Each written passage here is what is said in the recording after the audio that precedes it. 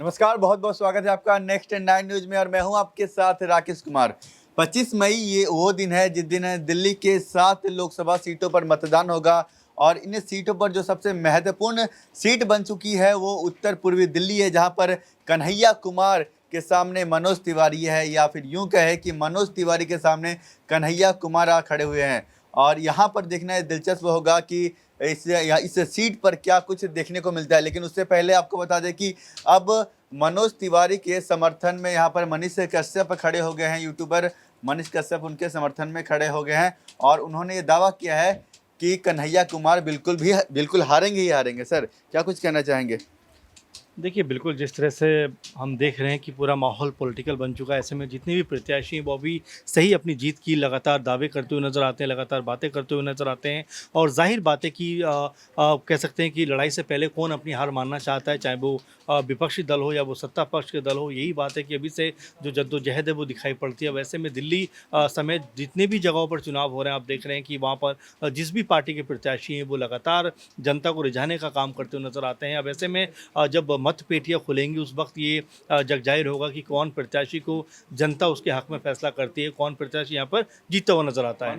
मनोज तिवारी ऐसे नेता हैं जो दिल्ली में लगातार 2 बार जीत चुके हैं और ऐसे में वो तीसरी बार जीत पाएंगे। उसके सामने कन्हैया कुमार खड़े हुए हैं। देखिए, बिल्कुल अभी से ये कहना कि नहीं जीत पाएंगे, 2 बार जीते हैं चुनाव, ज़ाहिर बात है कि बीजेपी के बड़े नेता माने जाते हैं, हमेशा बयानबाजी करते रहते हैं। लेकिन कन्हैया कुमार के साथ में जिस तरह की कंट्रोवर्सी जुड़ी हुई, जिस तरह की बातें जुड़ी हुई हैं, कहीं न कहीं वही बीजेपी लाकर सबके सामने रखती है। चाहे अपने जेएनयू का मुद्दा हो, उसको लेकर जिस तरह से आंदोलन वहाँ पर हुआ, भारत को लेकर जिस तरह के स्लोगन वहाँ पर दिए गए, नारे दिए गए, उसको लेकर तमाम सारी बातें हैं। और मनोज तिवारी हमेशा इसी मुद्दों पर कन्हैया कुमार को घेरते हुए नजर आते हैं। लेकिन क्या वाकई यहाँ पर कन्हैया कुमार जो बेगूसराय में हारे थे पहला चुनाव, क्या यहाँ पर अपनी जो जीत पहली दर्ज करते हुए नजर आ सकते हैं? क्योंकि दिल्ली कह सकते हैं कि जात धर्म तमाम चीज़ों से अलग तरह का राज्य माना जाता है। यहाँ जो कह सकते हैं लिखे पढ़े लोग ज़्यादा रहते हैं, इसलिए जो वोट है वो धर्म जात के नाम पर नहीं जाता, काम के नाम पर जाता है, ऐसा माना जाता है। और यही वजह है कि कन्हैया कुमार को शायद अब बिहार से दिल्ली लेकर आया गया ताकि यहाँ पर वो चुनाव में जीत दर्ज करते हुए नजर आ सकें।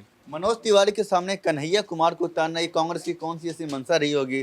आखिर क्या क्या सोचा होगा कांग्रेस ने कि उत्तर पूर्वी दिल्ली पर कन्हैया कुमार को ही लाकर खड़ा कर दिया? देखिए, चेहरे भी मेरे ख्याल से ऐसे नहीं हैं जो कि कांग्रेस पार्टी मनोज तिवारी के सामने उतार पाती, क्योंकि अगर हम देखें कि कन्हैया कुमार बिहार से आते हैं और जो पूर्वांचल की जो आबादी है ज़्यादातर यहाँ पर उसको कह सकते हैं सीट पर रहती है। और ये तमाम सारे जो कैलकुलेशन है उसको देखते हुए, मद्देनजर रखते हुए कन्हैया कुमार को कांग्रेस पार्टी ने यहाँ से उतारा। लेकिन बीजेपी वही सारा कुछ गेम यहाँ पर करती हुई नजर आती है कि जिस तरह से कन्हैया कुमार के पहले इल्ज़ाम थे उन्हीं के साथ में आगे बढ़ती हुई दिखाई पड़ती है और लगातार कन्हैया कुमार को घेरने का काम करती है। लेकिन सिर्फ बीजेपी की बात नहीं बल्कि कांग्रेस के अंदर खाने की अगर बात करें तो कई नेता ऐसे हैं जो कन्हैया कुमार के दिल्ली में आने से नाराज़ बताए जाते हैं, खफा बताए जाते हैं। ये भी कहते हैं कि अंतर कलह आपस में खूब देखने को मिल रहा है, क्योंकि यहाँ पर कन्हैया कुमार को उतारने से बहुत सारे नेता राज़ी नहीं हैं। और उदित राज ने भी यही बात कही कि कुछ नेता अगर हट जाएं तो दिल्ली में कांग्रेस पार्टी बहुत शानदार प्रदर्शन करती हुई नजर आ सकती है। तो अभी तमाम सारी बातें हैं, तमाम सारी संभावनाएं, क्योंकि अभी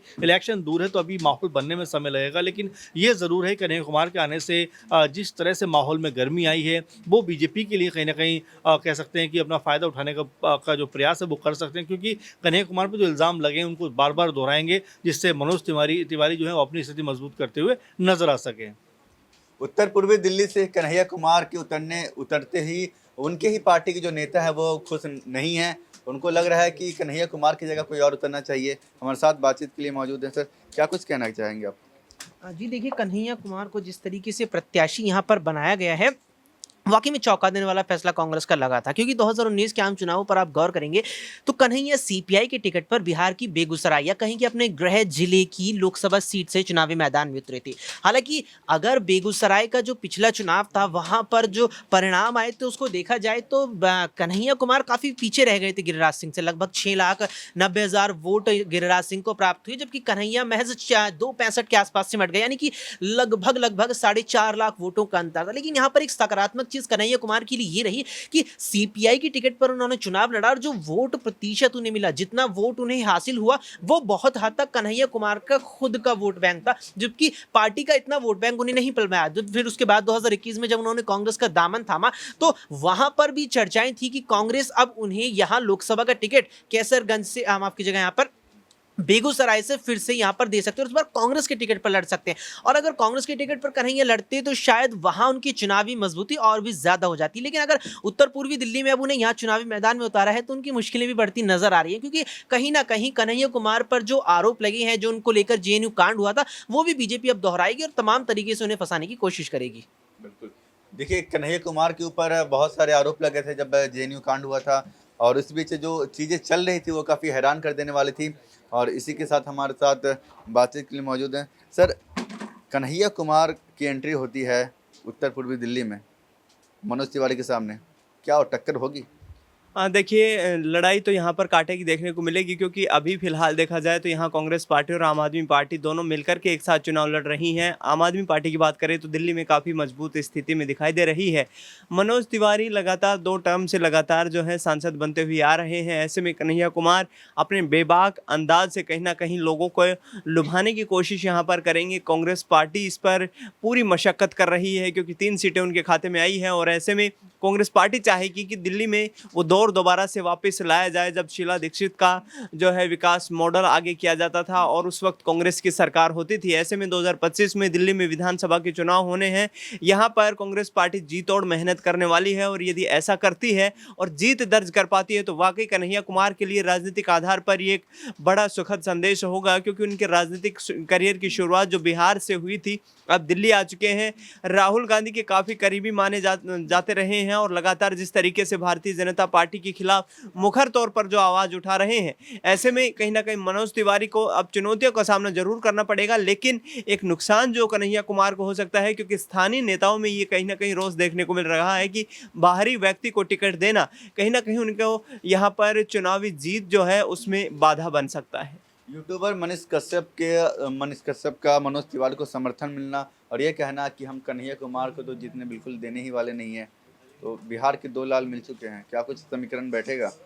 देखिए, मनीष कश्यप का इतना सियासी आधार तो नहीं दिखाई देता है, लेकिन फिर भी पिछले दिनों जिस तरीके से हमने देखा था कि दिल्ली में जो है मनोज तिवारी जो है उनके घर पर मनीष कश्यप गए थे और वहां पर दोनों की मुलाकात हुई थी। उसके कुछ दिनों बाद मनोज तिवारी ने कहा था कि मैं बिहार आऊँगा और आपको आपके घर पर वहाँ पर खाना खाएंगे और तमाम बातें होंगी, और उसी को देखते हुए अब वो दिल्ली में उन्होंने ज्वाइन की है भारतीय जनता पार्टी। ऐसे में मनीष कश्यप का मनोज तिवारी के साथ आना कोई ज़्यादा मायने नहीं रखता है, लेकिन जिस तरीके से दिल्ली में लगातार जो है भारतीय जनता पार्टी अपने संगठन को मजबूत करके चुनाव लड़ती रही है, ये वाकई में आने वाले वक्त में कन्हैया कुमार के लिए मुश्किलें खड़ी कर सकता है, क्योंकि मनोज तिवारी एक मजबूत कैंडिडेट के रूप में देखे जा रहे हैं और भारतीय जनता पार्टी ने जो तमाम प्रत्याशियों के टिकट काटे हैं, लेकिन मनोज तिवारी पर एक बार फिर से भरोसा जताया गया है और उनको उम्मीद है कहीं ना कहीं कि मनोज तिवारी जो है उत्तर पूर्वी दिल्ली से जीत हासिल करेंगे। इसके साथ ही एक कन्हैया कुमार के ऊपर आरोप भी लगते आए हैं कि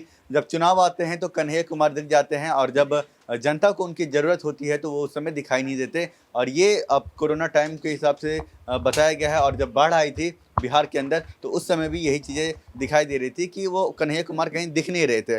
तनुज हमारे साथ है, क्या क्या कुछ कहना चाहेंगे तनुज?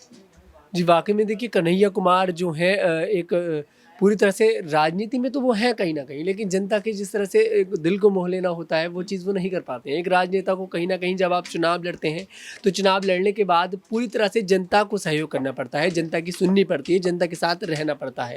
ये मतलब नहीं है कि आप चुनाव दिल्ली से लड़ रहे हैं, आप बाहर रहे हैं, अपना लाइफ को पूरी तरह से उसको एंजॉय कर रहे हैं। जब एक आप राजनीति में पड़ जाते हैं तो आप कहीं न कहीं जनता के सेवक बन जाते हैं, और जब जनता के सेवक बन जाते हैं तो जनता के लिए काम करना पड़ता है। अब दिल्ली में आपने सही बोला, दिल्ली में बाढ़ आ रखी है और कन्हैया कुमार का कोई सहयोग नहीं था उस समय पर, कन्हैया कुमार आराम से बाहर थे, तो कहीं ना कहीं ये जनता के मन में फिर एक संकोच करने लगते हैं कि जब दोबारा चुनाव आते हैं तो कहीं ना कहीं जनता सोचती है कि इस बार हम इस प्रत्याशी को वोट दे ना दें। देखिए, आप लोकसभा 2024 के चुनावों में इस बात को देख भी रहे होंगे कि जनता इस बार बहुत ज़्यादा सतर्क है। जनता इस बार कई जगह से आपको सुनने को मिला होगा कि प्रत्याशी गाँव में पहुँचते हैं, शहरों में पहुँचते हैं, जनता एंट्री नहीं करने देती है। जनता ने इस बार बहिष्कार करा चुनावों का। सिर्फ यही सारे कारण हैं कि नेता वोट मांगने तो आ जाते हैं, लेकिन वोट मांगने के बाद नेता की परछाई भी नहीं आती, नेता तो बहुत दूर की बात है।